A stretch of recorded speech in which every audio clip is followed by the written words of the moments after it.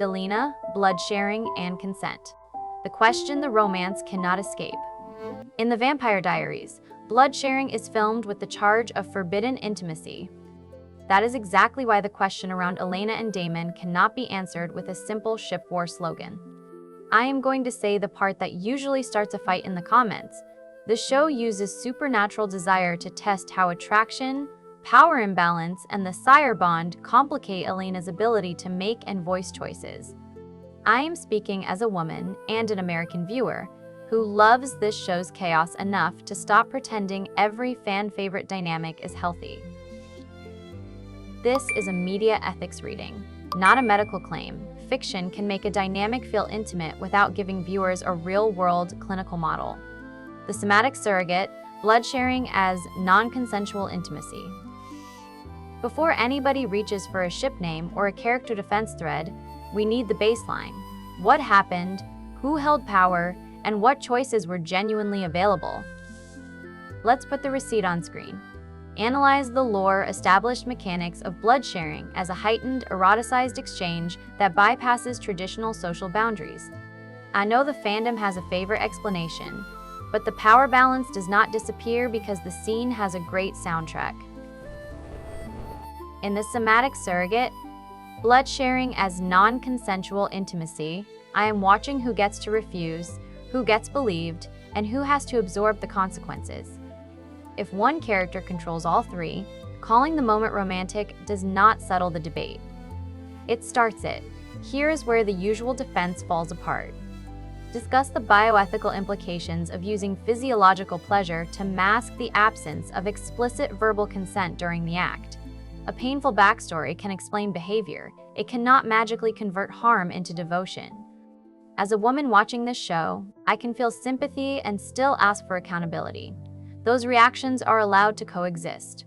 The real question is not whether the character suffered. It is why somebody else is expected to pay the emotional bill for that suffering. Now strip away the CW lighting for 10 seconds. Examine how the series frames these exchanges as romantic milestones while ignoring the neurobiological impact on the recipient. Without the slow music and gorgeous close-ups, the scene reads very differently. The mechanics are leverage, secrecy, fear, and obligation. That does not mean the emotion is fake. It means emotion is not proof of equality. Fans can love the chemistry and still admit that chemistry is not a consent form, a moral argument, or a free pass. That is the foundation. If we ignore it, every later scene starts with the wrong scoreboard.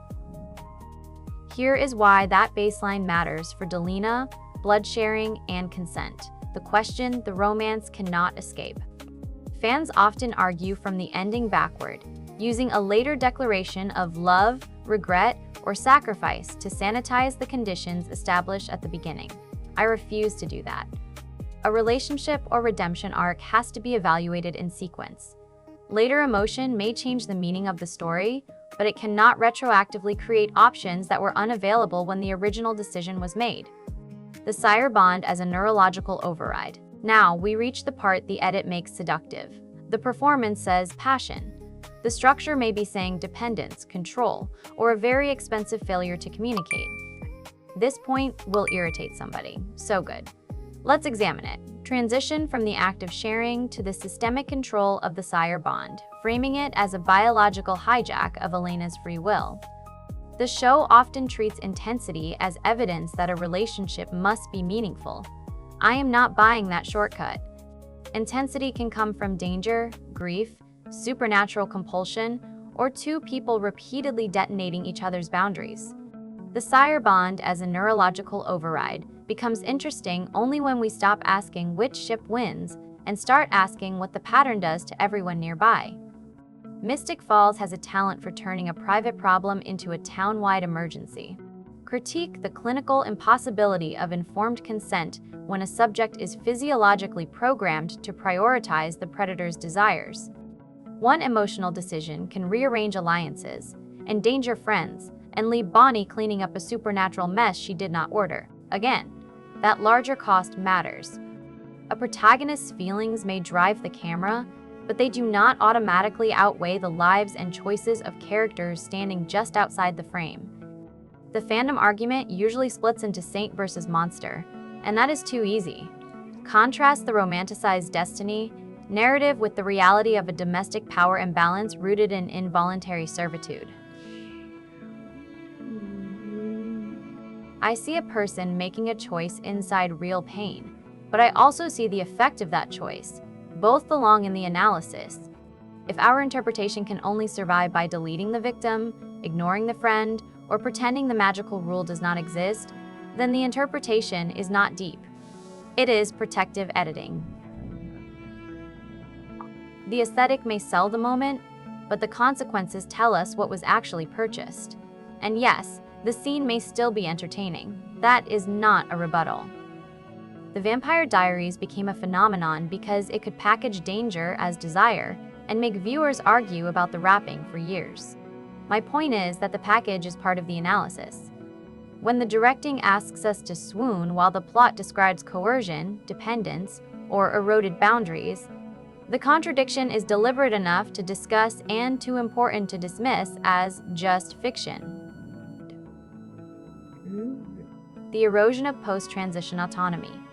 This is where the argument stops being theoretical. The pattern begins changing the character's judgment, relationships, and ability to recognize and exit. Pay attention to the word choice here. Explore how the trauma of transition created a period of acute vulnerability that Damon exploited to establish dominance. A decision made under grief, captivity, compulsion, or unequal information is not identical to one made with safety and a real exit.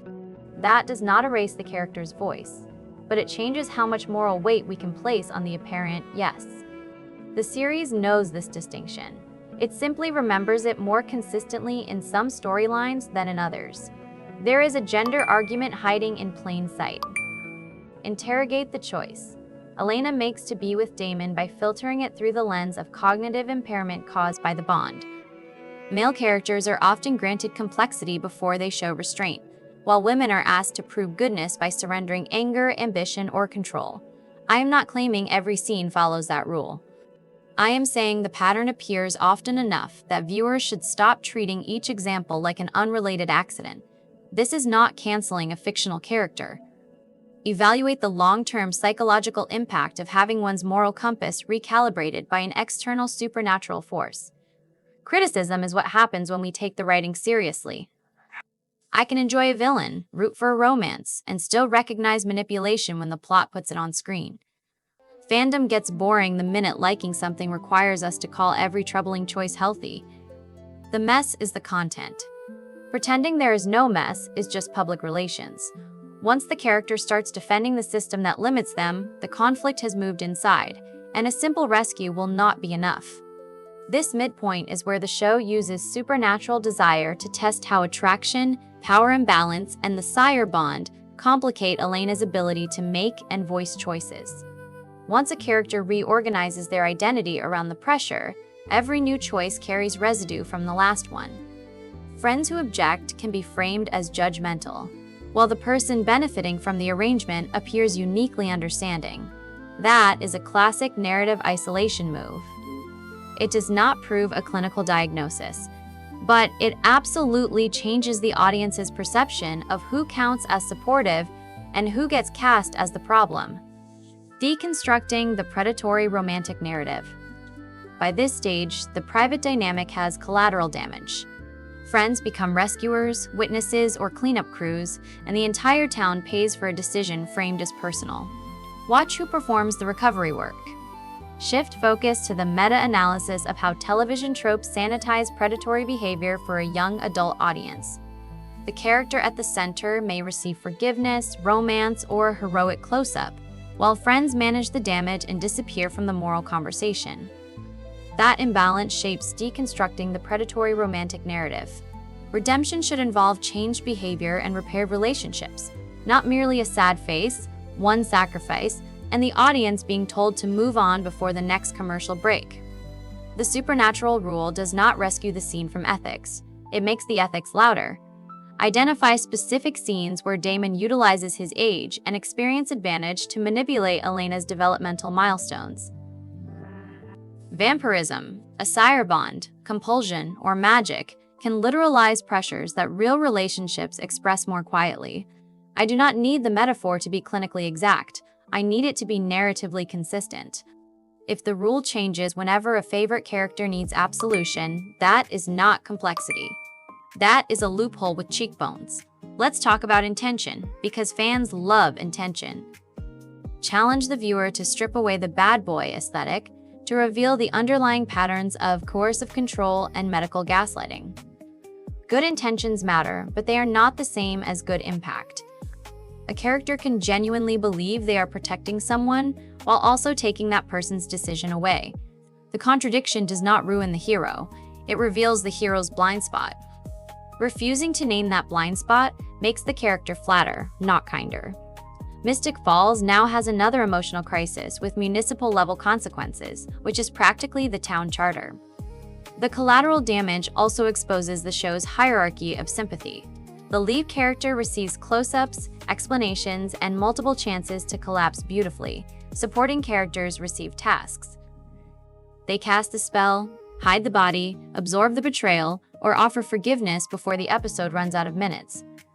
As a woman watching, I notice how often emotional labor becomes invisible the moment it is performed by the dependable friend rather than the tortured romantic center. Restorative justice and the modern viewer's lens. The final section is the accountability test. Pain deserves compassion, but growth requires changed behavior, restored agency, and consequences that are not outsourced to somebody else. The camera asks us to identify with one person's pain here, connect the historical context of the show to 2026 standards of digital consent and bodily autonomy in media consumption. That framing is powerful, but it is selective. I want to turn the camera mentally toward the people being interrupted, endangered, judged, or recruited into caretaking. Their reactions are not obstacles to the lead character's journey. They are evidence about what that journey costs, and the story becomes richer when we refuse to edit them out. There is also a timeline problem. Discuss the necessity of reevaluating legacy media to identify harmful behaviors that were previously categorized as passionate. One emotional moment may look isolated, but it lands after earlier bargains, betrayals, and rescues. Patterns are built through accumulation. When the same character repeatedly controls the emergency and the solution, I stop calling each incident an accident. Restorative justice and the modern viewer's lens is where the series invites us to connect those dots, even if the promotional romance would prefer that we admire the poster instead. So where does this leave the character? Conclude with a call to action for fans to engage with fiction critically without dismissing the real-world implications of these bioethical violations. Not beyond empathy and not beyond criticism. Growth requires more than suffering. It requires a different decision when the old pressure returns. That is the standard I am using. If the finale wants credit for redemption, I want to see agency restored, responsibility accepted, and somebody other than the usual woman doing all the emotional cleanup. This is where a great arc either earns its redemption or asks the audience to grade on a very generous curve. So my standard at the end is simple and probably controversial. I want the story to return agency to the people it used as instruments. The analytical boundaries stated at the beginning still apply, but the conclusion must now rest on the accumulated scenes rather than a label. Chemistry, charisma, or one spectacular sacrifice is not enough. The character must accept limits, hear an unwelcome answer, and allow somebody else to choose a future that does not revolve around them. The final reckoning. For me, the lasting image is not a single betrayal, speech, kiss, sacrifice, or scream. It is the moment a character realizes that love and safety are not automatically the same thing. The show uses supernatural desire to test how attraction, power imbalance, and the sire bond complicate Elena's ability to make and voice choices. That is why this story still provokes an argument. Feeling intensely for someone is different from agreeing with them. Before the comments divide into teams, let me make the challenge precise. Delena, blood sharing, and consent. The question the romance cannot escape is not asking whether the character is lovable, attractive, entertaining, or permanently condemned. It is asking whether the story gives equal moral attention to intention and impact. My answer is that the show uses supernatural desire to test how attraction, power imbalance, and the sire bond complicate Elena's ability to make and voice choices. You can disagree, but the counter-argument has to account for the full sequence: the original imbalance, the decisions made under pressure, the friends who carried the fallout, and the point at which the character either accepted responsibility or escaped it. Chemistry cannot delete chronology. Trauma cannot erase another person's boundary. A heroic ending cannot automatically settle every unpaid emotional debt. That may sound demanding, but these characters are interesting enough to survive demanding analysis. In fact, they become more compelling when we stop protecting them from the contradictions the writers deliberately built. So tell me where you draw the line. Which scene proves genuine change, and which scene only repeats the old pattern with better music? Bring evidence, not just a ship name. Mystic Falls has enough slogans already. Take that question into the next rewatch with me.